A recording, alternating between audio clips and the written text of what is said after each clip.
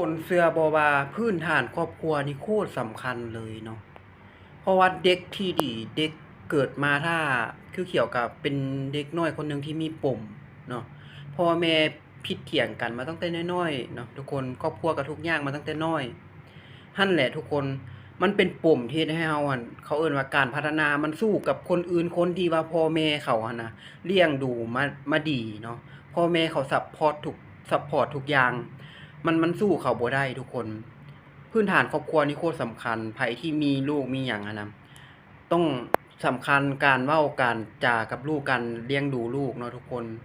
จะเลี้ยงแบบใดเนาะทุกคนให้เขาเติบใหญ่มาแล้วกลายเป็นผู้ใหญ่ที่ดีเนาะทุกคนมันก็พัวพันไปถึงการศึกษาเนาะคนที่เขาศึกษาดีๆคนที่เขาเรียนเก่งว่าซั่นซะส่วนหลายเนาะทุกคนมันก็มาจากพื้นฐานครอบครัวที่ดีอยู่แล้วเนาะถ้าเด็กน้อยมันตั้งใจเรียนแล้วพ่อแม่ก็สนับสนุนเนาะการเลี้ยงดูก็ดีอิหยังประมาณนี้หั้นน่ะทุกคนมันก็เฮ็ดให้คุณภาพของการเรียนการศึกษาของลูกของเจ้าเนี่ยมันดีขึ้นมันดีขึ้นกว่ามันดีกว่าคนที่แบบถึงเจ้าคือข้อยนี่คือเขียวเนาะ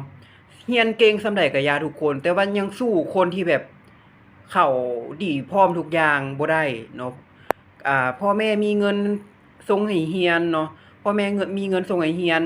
การเลี้ยงดูพ่อแม่ก็ดีคุณภาพครอบครัวเขาดีเนาะเขาก็ตั้งใจเรียนสิมันสู้กับคนที่แบบนี้บ่ได้ทุกคน